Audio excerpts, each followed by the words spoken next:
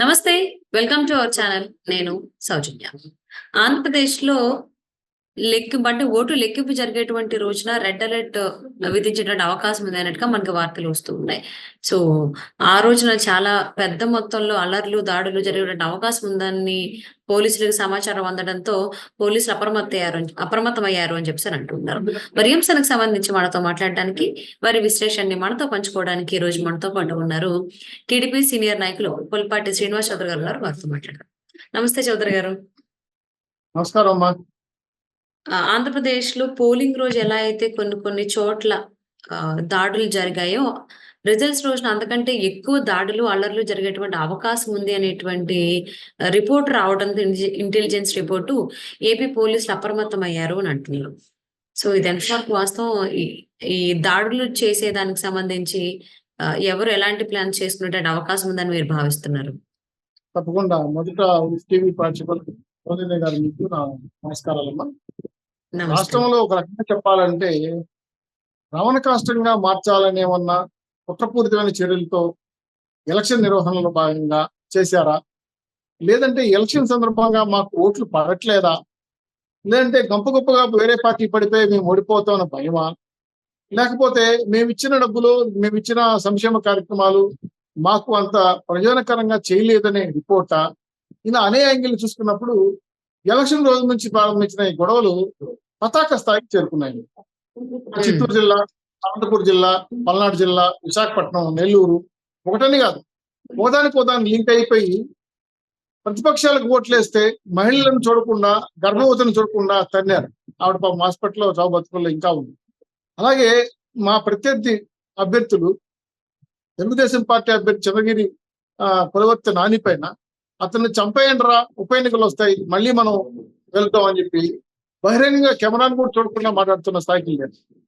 సాక్షాత్ అనంతపూర్ ఎస్పీ సాక్షిగా జేసీ దివాకర్ రెడ్డి గారి మీద రాళ్లు, కర్రలు వేసి ప్రొవోక్ చేసింది వైఎస్ఆర్సీపీ. అలాగే మీరు పల్నాడు చూస్తే ఒక రకంగా చెప్పండి రగిలిపోతుంది. ముగ్గురు అమాయకులైన ఏజెంట్లను తల్లబగలు కొట్టారు. అనంతపూర్లో ముగ్గురు కిడ్నాప్ చేశారు. కడపలో ఒకరిని కొట్టి కిడ్నాప్ చేశారు.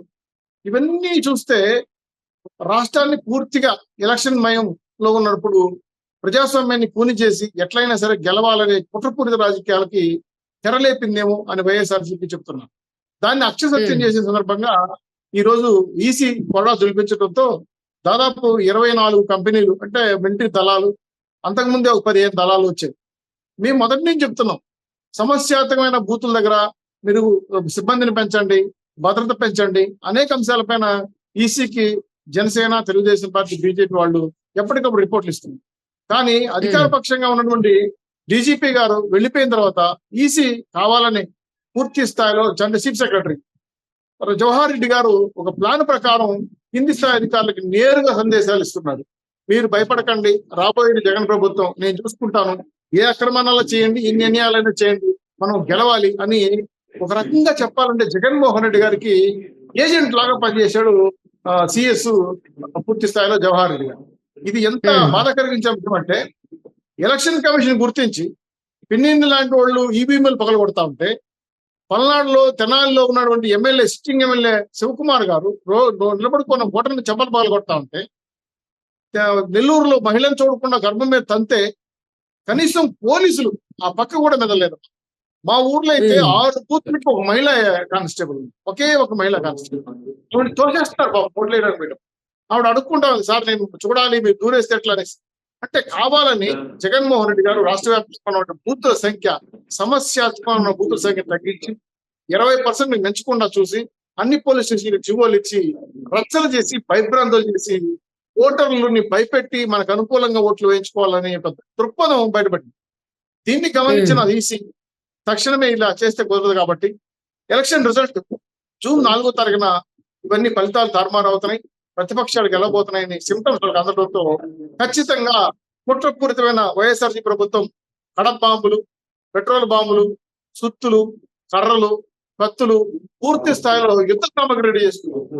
ఇవన్నీ కూడా గమనించిన ఇంటెలిజెన్స్ విభాగం, అంటే మారిన పోలీస్ విభాగంలో అధిపతి తర్వాత వాళ్ళు తక్షణ ఫీల్డ్ లోకి వెళ్ళి పూర్తి స్థాయిలో విచారణ సేకరించిన తర్వాత చంపడానికి కూడా వెనకాడడం లేదని సిట్ నివేదిక ఇచ్చింది. సిట్కి దాదాపు 150 పేజీలు 35 కేసులు, 224 మంది అరెస్ట్ చేశారు. ఇంకా 1170 మంది అరెస్ట్ చేయాలి. అంటే వివిధ బృందాల ద్వారా వెళ్తున్నారు. తెలంగాణలో కొంతమంది తప్పుకున్నారు, పక్క రాష్ట్రాలకు వెళ్ళిపోయారు, అండర్ గ్రౌండ్కి వెళ్ళిపోయి అనేక మంది వెళ్ళిపోయారు. అయినా సరే లండన్ నుంచి ఆపరేట్ చేస్తున్న జగన్మోహన్ రెడ్డి గారు ఆపరేషన్ పూర్తి స్థాయిలో ఆంధ్రప్రదేశ్ విధ్వంస రాజకీయాలకి పరాకాష్ఠలు వేస్తున్నారు. దీన్ని గమనించిన ఈసీ ఇంకా లాభం లేదు, చట్టాన్ని చేతులకు తీసుకోవాలని పరిస్థితి ఏర్పడతా ఉంది. ప్రజాస్వామ్యాన్ని విఘాతం కలిసేది కాకుండా రేపు ఎప్పుడైనా ఓట్లు వేయమంటే ప్రజలు భయభ్రాంతికి గురవుతారు. నిజాయితీగా, నిక్కచ్చిగా, స్వతంత్రంగా వెళ్లాల్సిన ఓటు హక్కుని ఈ విధంగా భయభ్రాంతులు సూచిస్తున్నారు. కాబట్టి ఖచ్చితంగా మనం ఎలక్షన్ కమిషన్ కి న్యాయం చేయాలని నిస్వార్థమైన అధికారులను బిజల్ లాంటి నుండి సిట్కి అధికారులు వేయటం, వాళ్ళు 11 మంది ఎన్క్వైరీ చేయటం, వాళ్ళు అనంతపూర్, చిత్తూరు, పల్నాడు, విశాఖ, నెల్లూరులో పర్యటించడం, ఆగమేఘాల మీద 2 రోజులు నివేదిక తయారు చేసి ఇవ్వడం అనేది ఒక రకంగా చెప్పాలంటే జగన్మోహన్ రెడ్డి గారి ప్రభుత్వానికి వెన్నులో పుడతా ఉంది.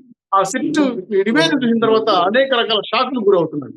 ఈ రోజు కింది స్థాయిలో అధికారులని లండన్ నుంచి ఆపరేట్ చేస్తూ జవహర్ రెడ్డి గారు కావచ్చు, సజ్జల రామకృష్ణ రెడ్డి కావచ్చు, కొంతమంది అనఫిషియల్ గా ఉన్న మంత్రులు కావచ్చు, అంబటి కావచ్చు, చాలా మంది కానీ ఇన్స్ట్రక్షన్స్ ఏంటంటే ఫలితాలు మనకు ఎక్కడైతే రాలేదో, మనకు అనుకూలంగా ఎవరైతే ఓట్లేయలేదో, ఏ గ్రామంలో అయితే మనం డబ్బులు పంచినా మనం ఆ తాయిలాలు ఇచ్చినా డబ్బులు ఇవ్వలేదు, అలాగే ఉద్యోగస్తులు ఎవరైతే మనకు వేయలేదో, ఇవన్నీ చూసిన తర్వాత ఒక రకమైన నివేదిక వాలంటీర్ ద్వారా తెప్పించుకొని రేపు ఫలితాలు వ్యతిరేకంగా వస్తే వాళ్ళ మీద దాడికి సిద్ధమైన ప్రభుత్వాన్ని వెంటనే కట్టడి చేయాలంటే 100% ఎలక్షన్ కమిషన్ అలర్ట్ గా ఉండాలని రెడ్ అలర్ట్ ప్రకటించే సందర్భంగా చూసాం. ఈ రెడ్ అలర్ట్ అంటే 29 రాష్ట్రాల్లో ఏ రాష్ట్రంలో ఇంత దుర్మార్గంగా పరిపాలన జరగలేదు, ఏ రాష్ట్రంలో ఈ విధంగా దౌర్జన్యం జరగలేదు, ఏ రకంగా ఈ విధంగా పరిపాలన దాడి జరగలేదు.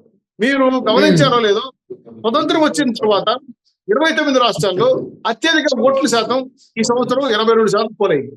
ఇది ఒక రకంగా చెప్పంటే record of the Andhra Pradesh voter వరద అంటారా, లేదా ఓటర్ సునామీ అంటారా? ఈ ప్రభుత్వ వ్యతిరేకంగా ఓటుని భయంకరంగా మరలించిన ప్రతిపక్షాలకి ఈ సక్సెస్ దక్కిందనే విషయాన్ని చెప్పకనే చెప్తున్నారు.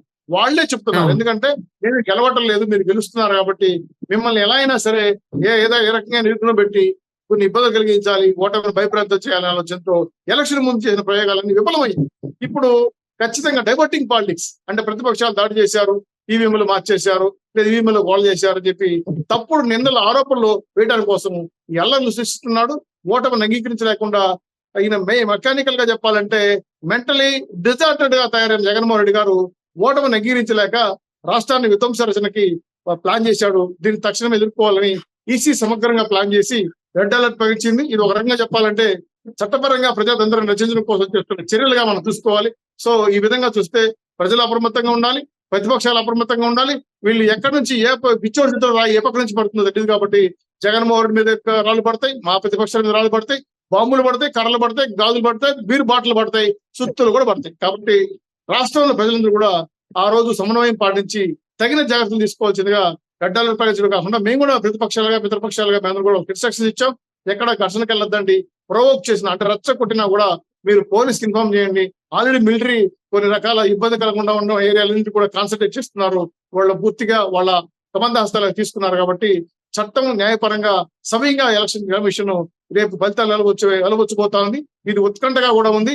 ఖచ్చితంగా వాళ్ళకి నరాలు తెగిపోతున్నాయి.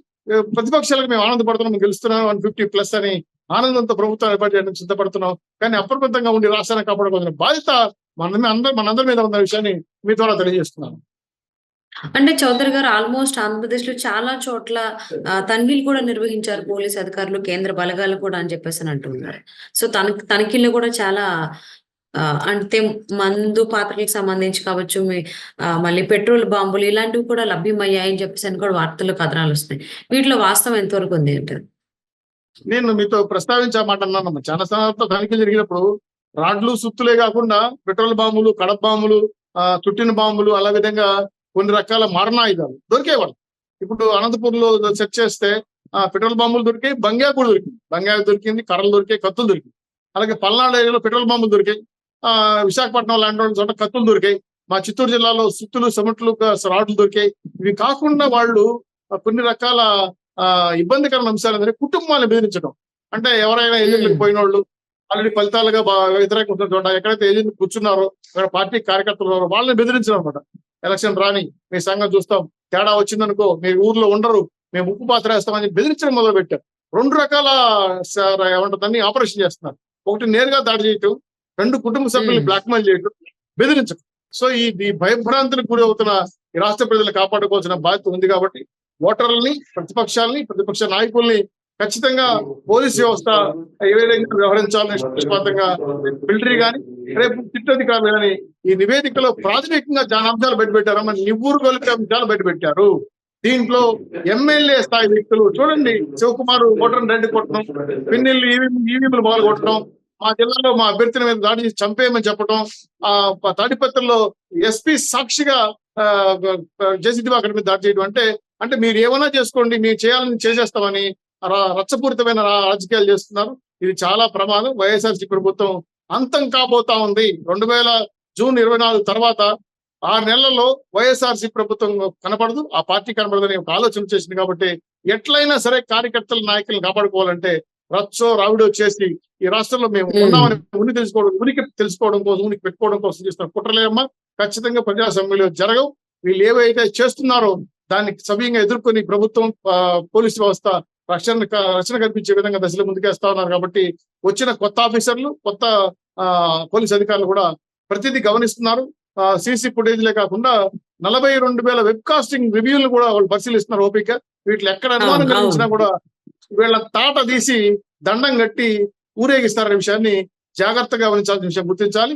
లేకపోతే మీకు రాబోయే రోజుల్లో పుట్టగతులుండవు. రాష్ట్ర ప్రజాస్వామ్యానికి వ్యతిరేకంగా పనిచేసిన ఎవరైనా సరే ప్రజాక్షేత్రంలో దోషగా నిలబెట్టి మిమ్మల్ని తరిమి కూడా రోజులు వస్తాయి. కాబట్టి దాడికి పాడుపడిన ఎవరైనా సరే క్షమించొద్దు, ఏ కేసులైనా బనాయించడానికి వెనకాడదని చెప్పి మీ ద్వారా మీరు రిక్వెస్ట్ చేస్తాం. అవును. ఆంధ్రప్రదేశ్ లో పోలింగ్ రోజు జరిగినటువంటి దాడుల కంటే రిజల్ట్స్ రోజు ఇంకా ఎక్కువ జరిగేటువంటి అవకాశం ఉందని చెప్పేసి ఇంటెలిజెన్స్ రిపోర్ట్ రావడంతో పోలీసులు అప్రమత్తమయ్యారు. కేంద్ర బలగాలు కూడా మోహరించారని చెప్పి తెలుస్తుందండి. సో ఏదేమైనా కానీ పోలింగ్ రోజు జరిగిందే చాలా దారుణాలు. సో అవన్నీ రిపీట్ కాకుండా ఉండేలాగా జాగ్రత్తలు తీసుకోవాలి పోలీసులను ఆశిద్దామండి. Thank you so much Chowdary గారు.